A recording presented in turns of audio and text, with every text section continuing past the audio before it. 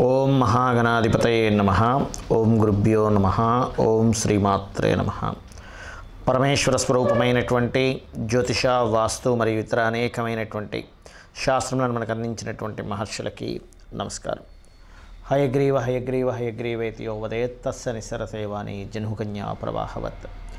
అరుణాం కరుణాతరంగితాక్షీం ధృతపాశాంకుశపుష్పబాణచాపాం అనిమాదివిరావృతాం మయూకైః అహమిత్యేవ విభావయే భవానీం. శ్రీమాత్రే నమః.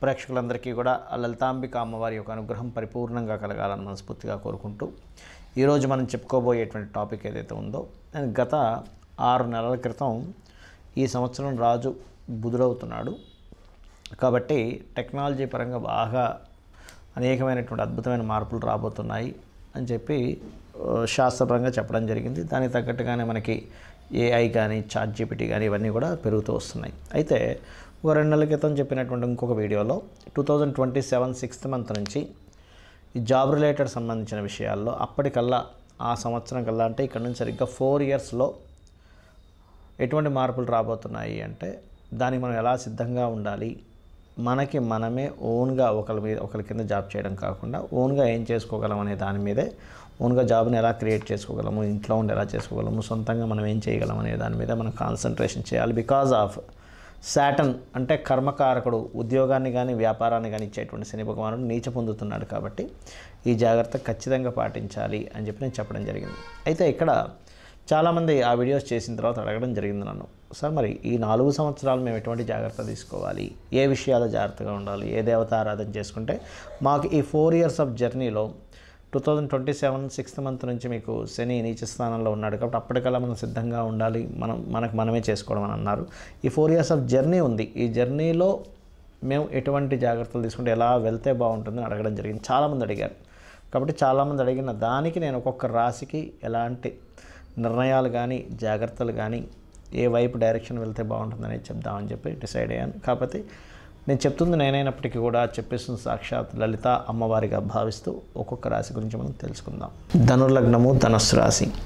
ధనస్సు వారికి మీకు కనుక చూసుకున్నట్లయితే ఈ 4 yearsలో, ఎందుకంటే 2027 6th మంత్ నుంచి ఈ 4 yearsలో జరిగిన మార్పులు ఆ 27 6th మంత్ నుంచి దాని ప్రభావం చూపిస్తుంది. కాబట్టి ఏంటి, ఈ 4 yearsలో మనం ఓన్ ఎస్టాబ్లిష్మెంట్, ఓన్గా ఏదైనా మనంతట మనమే ఇంట్లో ఉన్న నలుగురితో లేకపోతే మనమే ఓన్గా చేసుకునేది ఏదైనా కూడా తయారు చేసుకోవాలనేటువంటి గత వీడియోలో చెప్పాను. అయితే మరి దీనికి ఎలాగా మార్గం ఏమిటి అని చెప్పి చూసుకున్నట్లయితే, ఒకటి, మీకు వేటి మూలంగా అసలు ఫస్ట్ ధనయోగాలు ఉన్నాయి అని చెప్పి చూసుకున్నట్లయితే any communication related, any technical related వీటి మూలంగా ఎక్కువ ధనయోగాలు ఉంటాయి.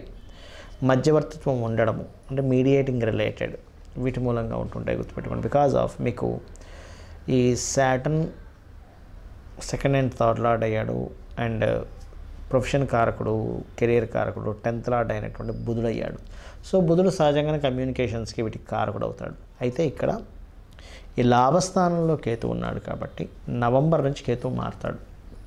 సహజంగానే కేతు 10th హౌస్లోకి వెళ్ళినప్పుడు చేస్తున్నటువంటి జాబ్లో సంథింగ్ మార్పు కావాలనో ఇట్లాంటివన్నీ ఆలోచనలు కలుగుతూ ఉంటాయి.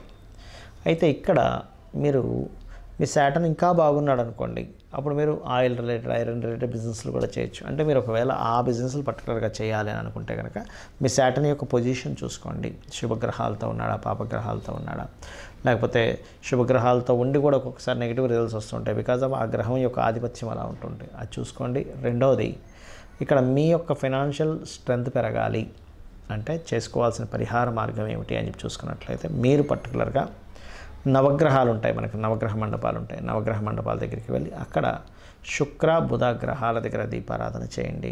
నూనెతో చేయొచ్చు, 3 ఒత్తులు వేయచ్చు, అలా ఎటువంటి అభ్యంతరం లేదు. చక్కగా దీపారాధన చేసి ఒక 9 ప్రదక్షిణాలు వాటి చుట్టూ చేసి అదే ఆలయంలో ఉన్నటువంటి స్వామివారికి కానీ అమ్మవారికి కానీ ఏదైనా తీపి పదార్థాన్ని నైవేద్యంగా పెట్టి అందరికీ పంచిపెట్టండి. దీంతోపాటు గోవుకి బెల్లము తినిపించండి, అన్ని విధాలా బాగుంటుంది. ఇక మరొక విషయం ఏంటంటే, ఇక్కడ ఈ 2nd and 3rd లార్డ్షిప్ రావడం వల్ల మీకు ఏమవుతుందంటే కొన్ని సందర్భాలలో మీరు చేసేటువంటి బిజినెస్ డీల్స్ సంబంధించినటువంటి విషయాల్లో స్టార్ట్ అవ్వడానికి మాత్రం కొంత ఇబ్బంది పడుతూ ఉంటారు, గుర్తుపెట్టుకోండి. అంటే కొంతమంది చూడండి, అయ్యో నేను మొదలు పెట్టేదాకా చాలా ఇబ్బంది పడ్డానండి, మొదలు పెట్టాక చాలా బాగుంది అంటూ ఉంటారు. ఆ ఇబ్బంది కలగకుండా ఉండాలంటే మీకు దగ్గరలో ఆంజనేయ స్వామి ఆలయం కనుక ఏదైనా ఉన్నా, లేదా నరసింహస్వామి ఆలయం ఏదైనా ఉన్నా కొంచెం రెగ్యులర్గా వెళ్ళండి కొన్ని రోజుల పాటు. సహజంగా స్త్రీలు అడుగుతూ ఉంటారు, ఏమంటే రెగ్యులర్గా వెళ్ళాలంటే కొన్ని డేట్స్ మనకి మంత్కి ఒకసారి ఇబ్బంది అవుతుంది కదండి, ఎలాగా? అలాంటి సమయంలో ఆగొచ్చు, ఇబ్బంది ఏం లేదు. కాకపోతే 40 డేస్ కనుక కంటిన్యూ వెళ్ళగలిగితే, పురుషులు కంటిన్యూ 40 డేస్ వెళ్ళాలి, స్త్రీలు అయితే 21 డేస్ ఆర్ 20 డేస్ రెగ్యులర్గా వెళ్తూ మళ్ళీ మధ్యలో గ్యాప్ ఇవ్వచ్చు. ఈ రకంగా కనుక చేసినట్లయితే ఖచ్చితంగా మీకు మీరు అనుకున్న సంకల్పం కావచ్చు, మీరు ఏదైతే డిజైర్ బిజినెస్ గురించి చేద్దాం అనుకుంటారో అవన్నీ కూడా నెరవేరడం జరుగుతుంది.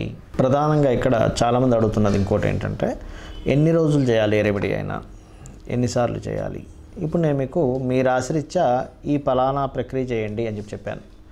అయితే ఇక్కడ చాలామందికి రాశి లగ్నం తెలియని వాళ్ళు కూడా ఉంటారు. వాళ్ళు ఏం చేయాలి అంటే సింపుల్గా ఏమీ లేదు, వాళ్ళందరూ కూడా చేయవలసినటువంటిది శనివారాలు గుర్తుపెట్టుకోండి. సాటర్డేస్, పర్టికులర్గా సాటర్డేస్ లేదా బుధవారాలు లేదా శుక్రవారాలు, బుధ శుక్ర శని ఈ 3 గ్రహాలకి దీపారాధన చేయండి. ఇది మీకు లైఫ్ లాంగ్ ఒక మంచి రెమెడీగా పనిచేస్తుంది. ఏది నాకు డేట్ ఆఫ్ బర్త్ లేదు, టైం లేదు, నా రాశి నక్షత్రం ఏమీ తెలియదు అనేటువంటి వారు. అలాగే ఈ రెమెడీస్ ఏవైతే ఉంటాయో ఎప్పుడు గుర్తుపెట్టుకోండి, కంటిన్యూస్గా చేయండి. ఏదో ఒకరోజు చేశాను, 2 రోజులు మానేశాను, మళ్ళీ 4 రోజులు చేశాను అనుకుంటే మీకు అది ఆ రెమెడీ ఎట్టి పరిస్థితుల్లో పని చేయదు, గుర్తుపెట్టుకోండి. ఇక మూడో విషయం ఏంటంటే, ఇక్కడ ఫైనాన్షియల్ గ్రోత్కి లలితా సహస్రనామాల్లో ఓం సంపత్కరీ సమారూఢ సింధుర వ్రజ సేవితాయై నమః అనేటువంటి నామం రెగ్యులర్గా చేయండి. చేస్తూ ఈ 4 years ఆఫ్ పీరియడ్లో ఏమవుతుంటుందంటే, మనం చేసే చిన్న చిన్న మిస్టేక్స్ వల్ల అప్పులు పెరుగుతాయి, మళ్ళీ అక్కడ ఇంకా ఇబ్బంది వస్తుంది. కాబట్టి అప్పులు తీరడానికి ఓం అపర్ణాయే నమః అనే నామస్మరణ చేయండి. ఇక ఈ రెండింటితో పాటు ముఖ్యంగా మీరు నేను ఇందాక చెప్పినట్టుగా నవగ్రహాల చుట్టూ ఏదైతే శుక్ర బుధ శని గ్రహాల దగ్గర దీపారాధన చేయమని చెప్పాను, అది ఎర్లీ మార్నింగ్ చేయొచ్చు, 6:30 to 7 or 8, మొత్తం మీద 11 o'clock లోపల చేయొచ్చు. అదేవిధంగా ఇక్కడ మరొక విషయం ఏంటంటే, గోశాల ఉన్నట్లయితే గోశాలకు వెళ్ళి పిడికెడు బెల్లం పెట్టండి. ఇవన్నీ ఏం చేస్తుంటాయంటే మీకు తెలియకుండానే శని యొక్క ప్రభావాన్ని తగ్గిస్తూ ఉంటుంది, అది గుర్తుపెట్టుకోండి. అదేవిధంగా మరొక విషయం ఏంటంటే, ఇంట్లో పొరపాటును కూడా మీరు వెస్ట్ వాల్ అంటారు, అంటే శని ఇచ్చేటువంటి రిజల్ట్స్లో మనకి అష్టదిక్కుల్లో నవగ్రహాలు ఉంటాయి. ఎలా అంటే ఈశాన్యానికి గురుకేతువులు, తూర్పుకి సూర్యుడు, ఆగ్నేయానికి శుక్రుడు, దక్షిణానికి కుజుడు, నైరుతికి రాహు, పడమరకు శని, వాయువ్యానికి చంద్రుడు, ఉత్తరానికి బుధుడు అని. శని స్థానం మనం ఇక్కడ ఏమని చెప్పుకున్నాము, పడమర స్థానం. ఈ పడమర భాగంలో పొరపాటున మీకు ఏదైనా బాత్రూమ్స్ కానీ ఉంటే వెస్ట్ సెంటర్లో ఫస్ట్ దానికి చుట్టూ ఒక చిన్న బ్రాస్ పట్టీ లాంటిది వేయండి. ఎందుకంటే ఇక్కడ మనం అన్ని వేస్ నుంచి మనం శని యొక్క ప్రభావం బాగుండేలా చూసుకోవాలి. అలాగే రెండవ విషయం ఏంటంటే,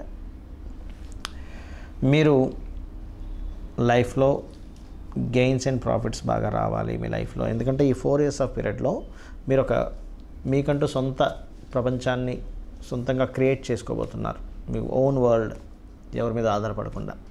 కాబట్టి ఏంటంటే ఇది క్రియేట్ చేసుకోవాలంటే ఫస్ట్ మీరు బెనిఫిట్ జోన్స్లో ఉండాలి ఎప్పుడు ఇంట్లో.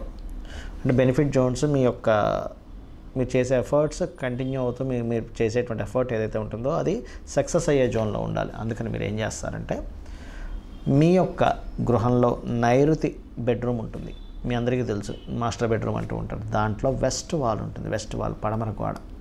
వెస్ట్ వాల్ దగ్గర కూర్చొని మీరు చేసేటువంటి వర్క్స్ ప్రతిదీ కూడా చేయండి. అదేంటంటే డిజైర్స్ పాయింట్ అంటారు. ఆ వెస్ట్ వాల్కి, నైరుతి బెడ్రూమ్లో ఉన్న వెస్ట్ వాల్కి పర్టికులర్గా మీరు ఒక ఎల్లో కలర్ షీట్ మీద మీరు ఈ 4 years ప్రణాళిక ఏమిటి, ఏం చేయబోతున్నారు, because of that is the point of desires point అంటారు. దాని మీద చాలా క్లియర్గా రాయండి, చాలా స్పష్టంగా ఫస్ట్ పేపర్ మీద రఫ్గా రాసుకొని దాని తర్వాత దాన్ని క్లియర్గా రాయండి. రాసి పెట్టుకోండి. మీరు ఇమేజెస్తో సహా పెట్టుకుంటే ఇంకా మంచిది. ఎందుకంటే ఎప్పుడు కూడా మన డిజైర్ ఇమేజెస్ పరంగా కావచ్చు, రాతపూర్వకంగా కావచ్చు, మీకు ఒకవేళ రాయడం రాకపోతే మీ పిల్లల్ని లేకపోతే మీ జీవిత భాగస్వామ్యంలో నేను రాయమని చెప్పండి. అలా ఒక 2x2 కావచ్చు, 3x3 కావచ్చు, ఏదైనా ఒక షీట్ మీద, ఎల్లో కలర్ షీట్ మీద నీట్గా రాసి మీ డిజైర్ పెట్టుకుంటూ మీరు అక్కడ కూర్చొని మీ వర్క్స్ మీరు చేసుకున్నట్లయితే వాస్తుపరంగా డిజైర్ పాయింట్ని యాక్టివేట్ చేస్తున్నారు, గ్రహాల పరంగా గ్రహాలకు సంబంధించి చేసుకుంటూ ఉన్నారు, అమ్మవారి అనుగ్రహం కోసం మంత్రం చేసుకుంటూ ఉన్నారు. ఏదైతే ఇందాక నేను చెప్పానో ఖచ్చితంగా ఇవన్నీ కూడా ఏం చేస్తాయంటే క్లారిటీ, అంటే మీ యొక్క జీవితం ఎటువైపు వెళ్ళాలి ఆ క్లారిటీని ఇస్తుంది. ఈ యొక్క పరిహారాలు మీరు చేసుకుంటూ అమ్మవారి అనుగ్రహాన్ని మీరు పరిపూర్ణంగా పొందాలని మనస్ఫూర్తి కోరుకుంటూ శ్రీమాత్రే నమః.